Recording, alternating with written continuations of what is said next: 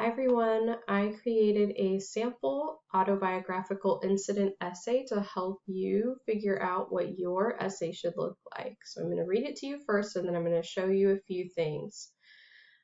This one is called Facing My Fears. Welcome to Paramount's King's Dominion, the loudspeaker boomed overhead as we passed through the gates to enter the amusement park.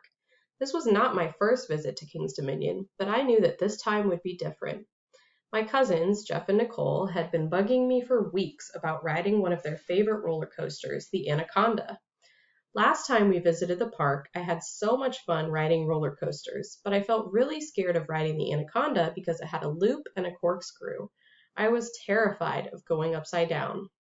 We spent the first part of the morning riding wooden coasters, the Rebel Yell and the Grizzly.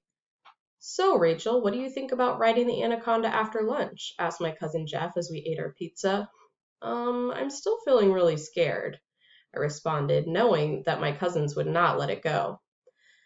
Come on, Rachel, what are you so scared of? Asked my other cousin Nicole. I'm scared of falling out. I'm scared it will be too fast, I said. I knew in my heart that probably wouldn't really happen, but I was still worried. I've ridden it tons of times and I've never fallen out, Jeff laughed. Yeah, me neither, Nicole said, smiling encouragingly. I guess that's true, I said, considering as I finished my pizza slice. After lunch, we made our way over to the Anaconda. Are you ready? Asked Nicole as we neared the entrance to the ride. I gulped. I guess so, I responded nervously. Nicole linked her arm in mine as we walked through the green, leafy maze to the ride. I snuck peeks at the big coaster as it loomed in all its loopy, swirly upside-downness over the sparkling water. We waited a few minutes in line, and as we waited, I felt my heart beating faster. Are you still nervous? Jeff asked. More than ever, I said, smiling and trying to be brave. We finally got to the front of the line. It was our turn next to board the ride.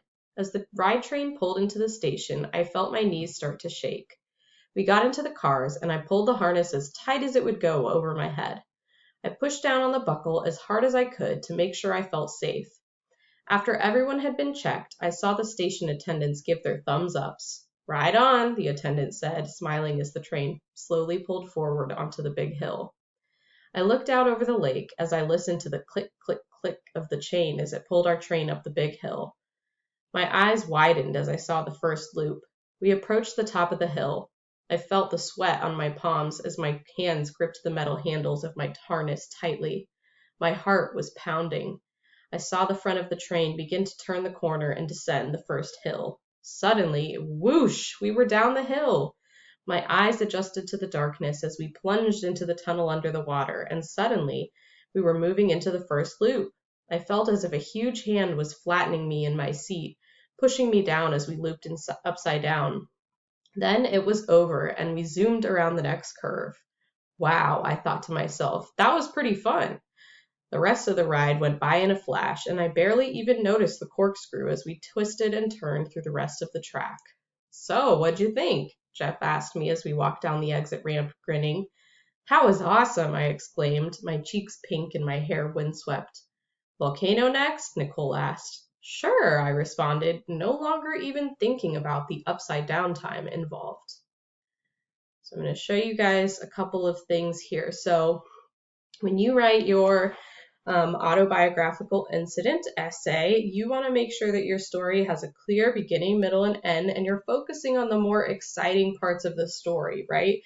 And remember that the most exciting, most suspenseful moment is going to be the climax. So this part, right, where we're walking into the park and I'm telling you I'm scared of going on the ride. This is what's happening. This piece here in red is the exposition. We're introducing the characters, the setting, we're at King's Dominion, and kind of what's the problem, right? I'm scared of going on this ride. Then we have rising action. We have this conversation between my cousins and me. We're getting to, we're walking to the ride, we're getting in line, we're getting on the ride, we're on the ride, and we're going up the hill, right? But we're not to the loop yet. So then we get to our climax, right? This is the climax. The climax is the moment just before we get to the loop. We get on the loop, right? How are we feeling? What's going on? And then it was over, right? So as soon as we come out of that loop, we are in the following action, and I'm realizing that it's not as scary as I thought to go upside down. And then our resolution is that I'm ready to go, on the next ride that might be upside down too. Okay.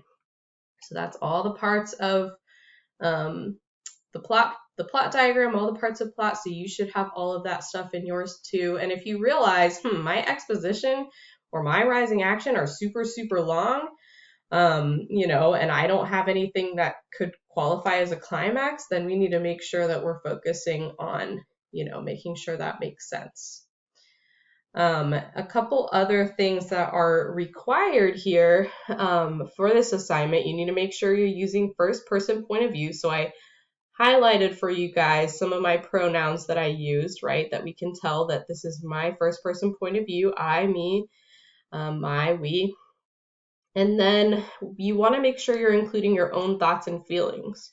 So I put that also in green here, right? I felt really scared. I was terrified. My heart was beating. My knees were shaking, right? These are all things, my own thoughts and feelings that only I would know. So that's why, it's important that we're putting those things in there and writing in first person. Dialogue is characters speaking to each other. So we have this whole conversation here in pink between me and my cousins, back and forth. We have a short little conversation here. We have a conversation at the end, right? You want to make sure that the characters, the people who are involved in your story are talking to each other, back and forth. And we're skipping lines each time a new person begins talking.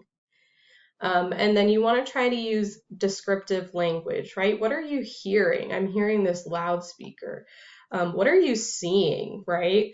What are, this is also sound. This is a little piece of figurative language, right? This is a description of what I looked like. So be sure to describe everything as much as you can.